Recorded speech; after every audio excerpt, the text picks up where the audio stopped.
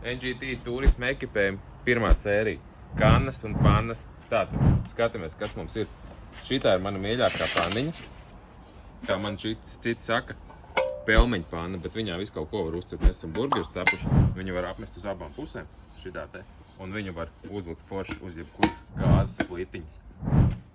Šī ir normāla štēla. Tā ir ļoti laba štēla.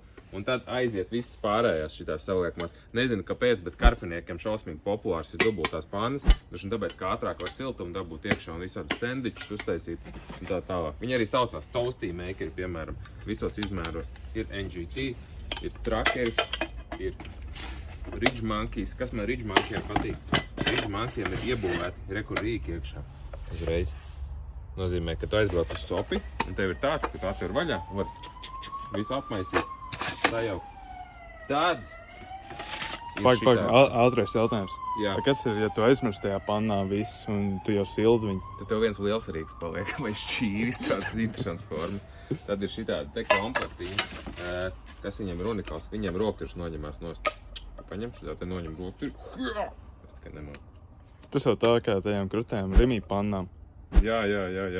Kroči noņemās rokturis, uzliekās pannai, uzliekās tam. Tas ir, lai ietaupītu vietu par vietas taupīšanu. Tad ir šitādi te komplektiņi, kuros apakšā ir panniņa, tad ir katliņš un iekšā ir kanniņa. Un ko es vēl daru? Parādīšu otrās sērijas ieskatā. Te es lieku iekšā plītiņu, gāzes plītiņu. Māmākais. Tad ir tādas kannas, un es parādīšu, kāda ir atšķirības starp kannām. Tātad, baigā funkcija. Šitā kanna, viņai nav apakšā režģīta. Šitai kannai ir režģīta. Ja tu gribi ietaupīt gāzi un ātrāk uzvārīt ūdeni, tad izvēlies šādu te kanniņu. Viņai būs 30% ātrāk vārīšana. Viņa ir nedaudz dārgāka, bet viņa tev gāzi ietaupīs ļoti ātri. Tad, protams, ir jumbo, kvadrātains, aplis un tā tālāk. Dodamies uz otro sēriju.